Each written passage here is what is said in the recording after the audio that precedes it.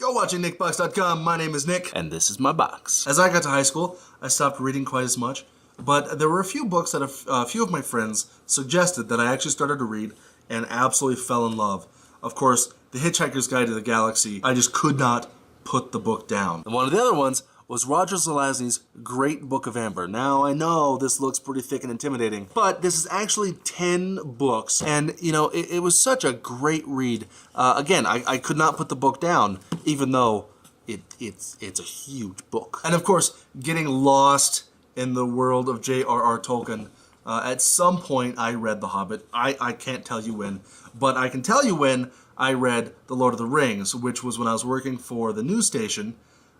We had a little bit of extra time on our hands. It's hard to find books to read because there are just so many. How do you decide? How do you pick which books are going to be on your list of, I must read these? And then after that, I really didn't read a whole lot until Harry Potter came around. And I was one of those people that, you know, there's too much hype around it. I'm not interested. I don't want to read it. They're kids' books. You know, I like kids' books.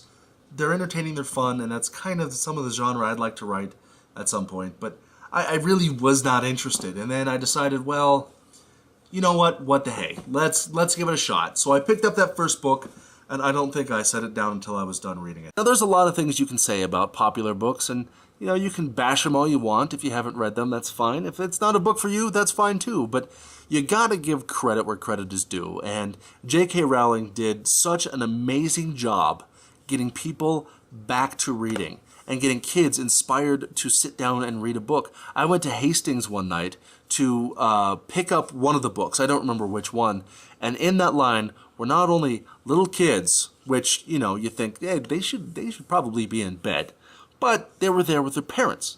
And some of them were even there with their grandparents. That was the effect that these books had, was they brought reading back to not only a generation, but to several generations, and to millions of people.